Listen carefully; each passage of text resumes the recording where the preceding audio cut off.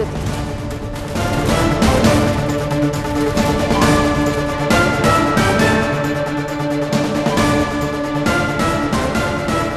జమిలీ ఎన్నికల గురించి కొద్దిసేపటి క్రితమే మనం మాట్లాడుకున్నాం. దానికి సంబంధించి ఒక అప్డేట్ చూస్తున్నాం మనం బ్రేకింగ్ న్యూస్ లో. రేపు లోక్సభకు జమిలీ ఎన్నికల బిల్ రాబోతోంది. బిల్ ఆమోదానికి లోక్సభలో 3/2 ఎంపీల మద్దతు అవసరం. ఎన్డీఏకు 293 మంది ఎంపీల మద్దతు ఉంది. ఇండీ కూటమికి 235 మంది ఎంపీల బలం ఉంది. ఆమోదానికి 361 మంది ఎంపీల మద్దతు అవసరం. ఇవాళ బిల్ ప్రవేశపెడతారు అనుకున్నారు.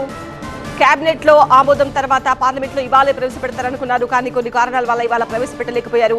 రేపు లోక్సభకు జమిలీ ఎన్నికల బిల్ రాబోతోంది.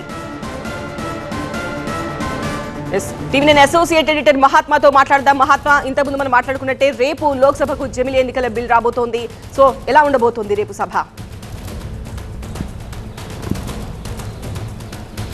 ఇంకా ఈ లిస్ట్ ఆఫ్ బిజినెస్ అయితే లోక్సభ సైట్లో ఇంకా అప్డేట్ చేయలేదు. మరి కాసేపట్లో దీన్ని అప్డేట్ చేయవచ్చు. కాకపోతే అధికార వర్గాల నుంచి అందుతున్న సమాచారం రేపటి బిజినెస్లో దీన్ని చేర్చుతున్నట్టుగా అర్జున్ రామ్ మేఘవాల్, కేంద్ర న్యాయశాఖ మంత్రి అర్జున్ రామ్ మేఘవాల్ ఈ బిల్లుని ప్రవేశపెట్టబోతున్నట్లుగా సమాచారం అందింది. ఈ బిల్లుకు 129వ రాజ్యాంగ సవరణగా పేరు పెట్టారు. ఎందుకంటే ఒకేసారి దేశవ్యాప్తంగా ఎన్నికలను నిర్వహించాలంటే రాజ్యాంగంలో దాదాపు 18 సవరణలు చేపట్టాల్సిన అవసరం ఉంది. అందులో కొన్ని కీలకమైన ఆర్టికల్ 83, 172 ఇటువంటి వాటిని కూడా సవరించాలి. అవన్నీ రాష్ట్రాల అసెంబ్లీల గడువు తీరిపోయే లోపు ఎన్నికలు నిర్వహించడాన్ని, వీటన్నిటిని కూడా ఎన్నికల కమిషన్ విధుల్ని ప్రస్తావించిన ఆర్టికల్స్ అవి.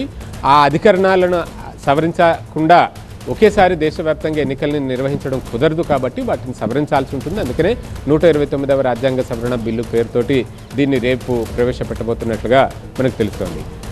దీనికి సంబంధించి ఎంత సంఖ్యాబలం అవసరం ఏంటి అన్న దాని మీద ఇప్పటికే అధికార పక్షం కసరత్తు చేసింది. ఆ మేరకు ఇతర పక్షాలతోటి సంప్రదింపులు జరిపి సభలో ఆ సమయానికి ఈ సంఖ్యాబలాన్ని సాధించగలమనే విశ్వాసంతో బిల్లును ప్రవేశపెడుతున్నారు.